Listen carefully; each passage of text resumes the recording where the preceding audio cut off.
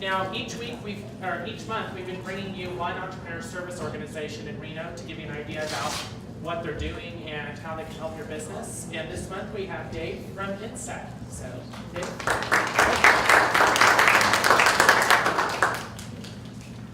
Okay, so this is probably the most important thing. We are a member-supported nonprofit, and we do events to help people explore and use technology. We have a laser focus on doing that. A little bit of history. We were founded in '99. Some of you may have remembered the Tech Alliance and cocktails.com. So that was back in the days of the dot-com boom. It worked really well until the dot-com bust. And at that point, they renamed the organization NCET. We were briefly affiliated with the Nevada Commission on Economic Development. At some point, they spun us off, and we became a standalone 501c3. During that time, we were also funded by federal earmark funding. And that was a significant amount of funding, and when Congress got out of the earmark business, we had to reinvent ourselves. So today we have a 35-member working board of directors. Matt, Candace, any of the other board members? Carol's a former board member. But we're able to put on what we do because of these 35 people on the working board. By the way, a shout out to Zachary and his people, because we do 44 events, it takes 35 of us. He does 52 events with the 3 of them. So good job. We are funded by memberships, sponsorships, and program revenue. We get no state or federal funding at all. We do produce a wide range of technology events. We distribute business news and information. I think a lot of you get our newsletter. We have a statewide email list of about 10,000 people. A little bit of trivia, we send out 1.3 million emails a year, and I'm sure many of you feel that you get each one of those. What we don't do is we don't provide financing, we don't do one-on-one counseling, because there are a lot of organizations in town who do those things, and we always try to avoid duplicating what other folks do. And again, we're not affiliated with the state of Nevada or UNR. Over the years, we've evolved. Originally, we focused on the high-tech, high-growth businesses back in the dot-com days. Then we shifted our focus to small businesses, but there were so many organizations who did that we about 3 years ago shifted our focus to technology. And we're probably one of the few organizations in Northern Nevada who have a technology focus. And again, we went from being funded by federal grants to being funded by memberships and sponsorships. We have 500 members as of last week. Our memberships start at just $50, and we produce 44 programs and events a year. Now, I'll go briefly through what they are. The next one, in fact, is tonight. Every month we do a behind-the-scenes tour of either a technology company or something at UNR or DRI that's focused on technology. And they're really great events because literally they're a behind-the-scenes tour. You get to spend 2 hours. If it's a private company, you usually get to spend 2 hours with the C-level executives or the owners. So it's a great way to learn what they're doing and why they're doing it. And again, that's always the second Wednesday of every month. Third Wednesdays, we do the Jelly Drop-In Co-working event here in this very room. That's on third Wednesdays. And then we do some special events throughout the year. The next one is next Wednesday. It's a look at the legal and regulatory issues affecting Nevada's burgeoning drone and UAS business. And what's interesting is the public sector side of drones and UASs are moving a lot faster than the regulatory side. And the FAA especially is probably well behind the curve. We're going to hear more about that next week. And then TechBite, interestingly enough, it's Keith Anderson who was in the video you just saw, so Keith is everywhere. The TechBite lunch is great because it's a lunch focused on using common business technologies, whether that's the YouTube platform, QuickBooks, business automation. We try to give you 5 things that you can take away and go back to your office and implement that afternoon. So it's a very approachable look at common business technologies. And it's not the warm fuzzy side that you ought to be doing this because it's fun, it's good, it's a great marketing tool. It's rather when you turn your computer on, how do I use that platform? And that's on the 4th Wednesday of every month.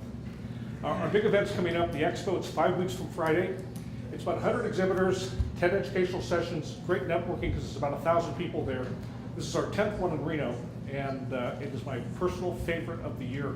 And again, it's Friday, September 18th, free to attend, open to the public, and we've sold about 3/4 of the booth, so if you're planning to exhibit, you better decide soon. Tech Awards we do every spring. It's to recognize the technology people. We team up with the RGJ, they do the entrepreneur side, we do the technology side, but there's a great technology community here that's kind of under the radar. Because a lot of companies here are either startups or they're companies that are located here but don't have customer bases here. So it's a great way to recognize the technologists and the technology companies, and we do that every year.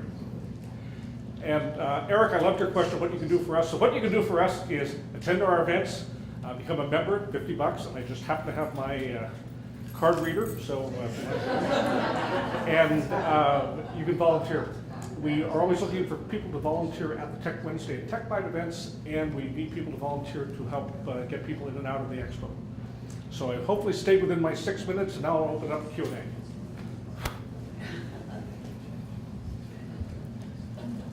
That's it? Yes, sir. You put on a lot of events. What do you do with all the money you're generating? You'd like to attend some more of the things that you do. Well, actually, as a nonprofit, again, we get no funding from anybody. So What do you do with the money you're taking in? Because you're taking money in at most of your big events that are advertised by your sales. That's costly to put on. actually, Who gets the money? there's not a I'm lot. just curious. Good question. Our number one cost is health insurance for me. Seriously, that's number one. For salary, I get whatever left over, and some years it has been zero. We spend a lot of money on technology platforms. That's our single highest burn rate element is all the technology platforms we use. Everything else, we tend to get people to donate goods and services to us. So that's why our memberships are only $50. That's why we charge $15 for the events. We try to keep the prices low because we don't have a high overhead. So our total budget is about $175,000 a year. Yes, sir. What's the profile of your attendees for that September event? 60% have small businesses, 20% want to start small businesses, the other 20% tend to be employees, retired people, a little bit of everything else. But it's 60% people with small businesses. I mean, in terms of the business that they do.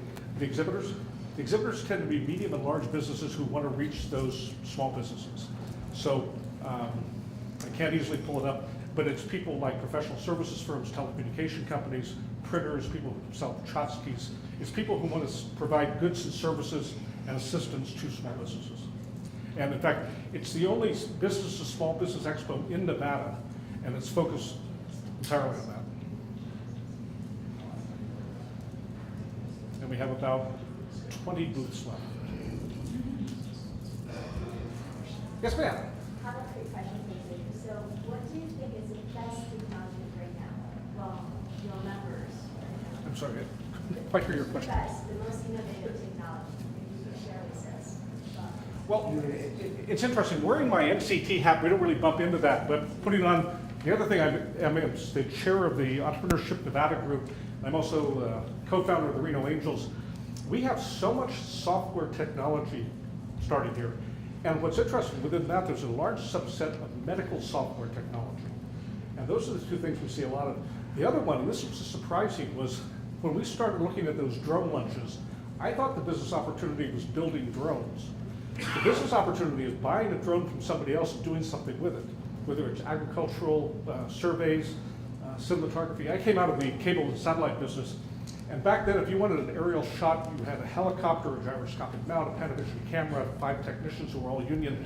Today you buy a $2,000 quadcopter, put a GoPro on it, and you're ready to go. So I think we're going to see the drone business, and that's in spite of the fact that we are an FAA test site rather than because of it. But there's so much going on. And I think part of that is by osmosis from what's going on in Vegas with the Air Force. So we're seeing spin-outs of that technology. Dave, you mentioned tech platforms to spend your money on. Where are your tech platforms? What are your tech platforms you spend money on? One more time.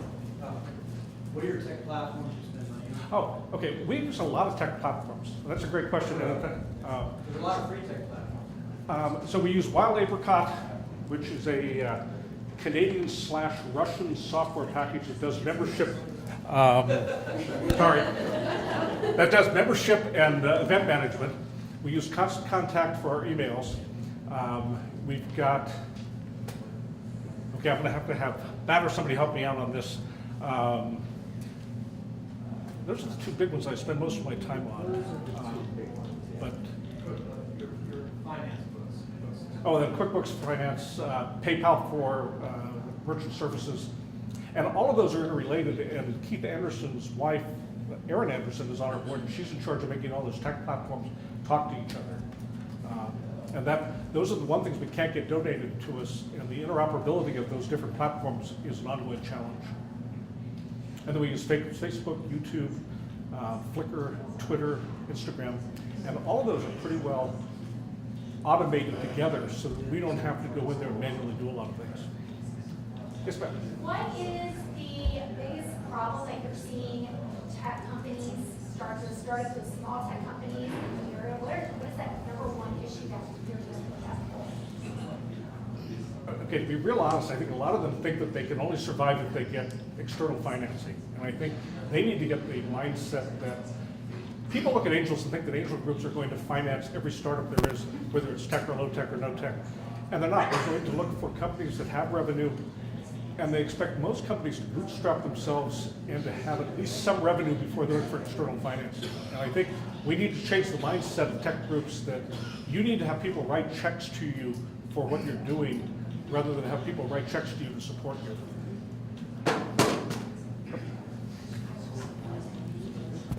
Okay. Throwing my technology around. Yes, ma'am. Besides the things you've talked about around drones and around software, what are the other technology clusters that are already here in the ecosystem that you see now that are mature or are emerging? You know, that's kind of an interesting question, because if you go to Silicon Valley or Austin and things, oftentimes you have big established sectors that spin out kind of related things. That for a long time, Salt Lake City had character generators for TV. We have a lot of small sectors, but certainly aerospace is a major one. Interestingly enough, agriculture is a major sector here. Again, the software, and then the subset of that, medical software. Things related to gaming software. There's a sector here called regulated third-party software that if you're writing software for gaming, ultimately that has to be approved by the Nevada Gaming Commission, which is the toughest one in the country. So there are companies here who specialize in writing code that will be accepted by the Nevada Gaming Commission. And we have a sector that does that. We have a big plastics sector here. So there's a lot of sectors that by San Francisco or New York standards probably are small, but by our standards are pretty good size. But what's interesting, you can't look at Reno and say, that's where the Silicon Valley lives, or that's where we have a lot of little tiny sectors that all have the potential to grow up to be big things. Yes, sir. Dave, I'm wondering if, I mean, you spoke briefly about capital, and I do see companies around here that are post-revenue struggling to find capital. Has NCET ever considered any initiatives to make the investment community more aware of Reno and Reno companies? Because I see that as a huge need. We started the Reno Angels for that very reason. That was our response to that. If I could wave my magic wand, the one thing I would change would be to get more VCs here. That Nevada has 3 or 4 angel groups, depending on how you look at it. And what's interesting is 2 or 3 of them are in Reno. So we have the Reno Angels, Sierra Angels, and then there's a secret group that operates as an angel group. Vegas's angel group comes and goes, so we have a lot more active angel investing group here. And the other nice thing is we have the Battleborn, which is Fed money run by the state. We have the Silver State Opportunity Fund, neither of which existed all that many years ago. We've got the Reno Accelerator Fund that's doing the $20,000, $25,000 investments. So just in the last 2 or 3 years, the amount of capital available here has increased dramatically. What we don't have, though, are that if you need $5, $10, $15, $20 million, that's not readily available. And the downside is that when people need that kind of money, they can find it, but generally they have to move to where the money is, and it's usually out of state. The good news is that Filament, which used to be Pinocchio, and Bristlecone both got VC level rounds and get to stay here. So that is kind of a watershed for us. For the first time, we have VC money coming to the state and gets to stay here. Yeah, I was happy to see Filament was able to land that round. I mean, it took spending some time in New York to do it. I've been doing this for 10 years, and up until 8 years ago, the amount of risk capital available to the state was that big. Yeah. And it really has turned around in the last 2 or 3 years. Yes, ma'am. Are any of the companies that you're working with talking about how to retain their staff once larger companies like Tesla come in and start stealing all the people? That's something that I don't have much exposure to, because the people I tend to work with tend to be little tiny baby ones. Don't have an answer. Yes, sir. So NCET's focus is on technology, but your customer base is small business. How does that marry together? How do you marry that together? So what is the value to the customer? That's a great question. For many years, I don't know if any of you folks remember way back then, I was involved with the American Marketing Association. And their corporate guidance was that we should go after people who had marketing in their title. And back 15 years ago, that was about 5 people in Northern Nevada. So we went to people who worked in businesses, owned businesses that had to do marketing. And in fact, the slogan for the expo is too many hats, because most small businesses are doing marketing in the morning, IT at lunch, HR in the afternoon, finance at night. They don't have the luxury of having dedicated marketing people. So fast forward 15 years, most companies don't have the luxury of having full-time tech people. So what we do is we then kind of backstop those small business owners who are going to have to deal with QuickBooks, YouTube, all those different platforms, and we provide some help and support in doing that. And that, I think, is part of our success, that we don't look at just technologists. We used to be called Nevada Center for Entrepreneurship and Technology, and what we discovered was that was a very off-putting name because people thought you had to be an engineer to appreciate the technology side. As soon as we collapsed the name down to NCET, our membership and attendance took off because it really was off-putting both entrepreneurship and technology. So that's why I think we have the 500 members, because we cater to people who have to use technology but are not technologists. Great question. Yes, sir. So where do you guys want to be in 5 years? You know, that's a great question, because somebody asked that of the previous presenter. And, you know, we're doing 44 events a year. We have a 35-person board. This does not scale particularly, I don't think. The other thing, and it literally is our limiting factor, is that 1.3 million emails, that you can only send out so many emails. And we're probably up against the limit of how many you can send out. So if we were to introduce more events, we'd have to send out more emails. And there literally just aren't enough email slots per week to do that. The other thing is 35-person board is a large, we meet here and it's a large group of people. So I think the growth is to get more members, more people attending, but probably, I don't think we can add too many more events into that schedule. And then my personal goal is to retire someday. So that's my next. But as long as this is fun, I won't do that. So. Yes, sir. What's the one service that you think NCET should be providing that isn't right now? How are you going about doing that? You know, I don't think it is. One of the things that I think has made NCT what it is the fact that we reinvent ourselves on a regular basis. And if you think back, we used to do the Silver and Gold VC conference, we used to do the Governor's Cup, and as time went by, we phased those out because, for example, with the Governor's Cup, we turned it over to the educational institutions. Silver and Gold, there was enough alternative financing sources. So I don't think it's so much of what we should be doing now as in a year people will look around and say, you know, we don't need to be doing jelly anymore. What we should be doing is taking those resources and reallocating them to something else. So today I'm happy with what we're doing, but come back in a year and we may very well have reinvented ourselves again. Yes, ma'am. Of all the things that you do, which ones do you get feedback are the most valued? Honestly, I think all of them are. And if you look at the Tech Wednesdays, for example, we have typically about 75 people go to those. Tech Bites, about 100 people. And we do endless surveys. And the Expo is our best received event, and my personal favorite. Tech Awards, same thing. So I think everything we do, we continue to do because we get such positive reinforcement for it. And kind of to your point that if we didn't, we would stop doing that and start doing something else. So I think we've reached a very good, I think the hook is coming out. So anyway, I'm very happy with our mix of stuff now, but rest assured if you come back in 3 or 4 years, you'll probably see a different mix than what we're doing today. Dave, just want to have the last word. You've already showed us what you'd like from the audience, so. Attend, join, volunteer, and if you want to join, I have my card reader and I'm not afraid to use it. So thank you all very much. Appreciate it. Oh, and there are flyers in the back for all the things I've talked about. Yeah. Microphone. Oh, I don't get this as a souvenir of my visit here today. You're gonna have to ask so soon. We had somebody leave the tech bite lunch and take it home.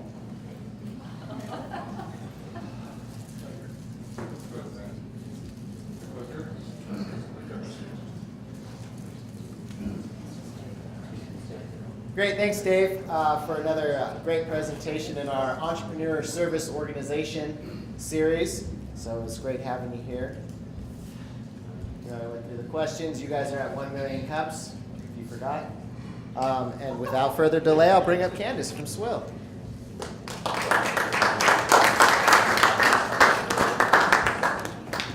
Thanks, everybody. Thanks for coming out this morning. Just a couple of announcements. Our show, our August show, that's what month we're in, is up. And so take a look at some of the work. Our work changes every month, so it's always fresh in here. If you have an artist or if you are an artist and you'd like to display work here, you can grab one of our business cards as you're leaving and send us an email with some samples. We do book out about 6 months in advance, so be getting in for the spring time here. Thank you for always being so considerate with the parking.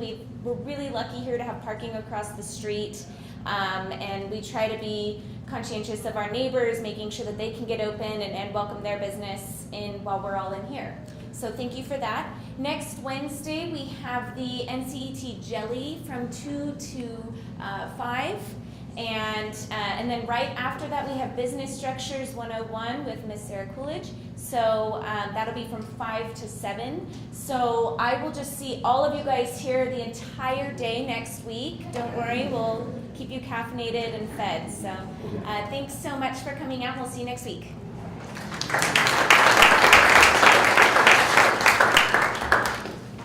Okay, do we have a preview of our presenters next week? Yes, we do. Help Want to Direct, a new concept for job search websites. It should be pretty interesting. And Savory Surroundings, portable vertical garden planter system made from redwood. So that's going to be pretty interesting too. I know the vertical gardening is a big trend in agriculture these days.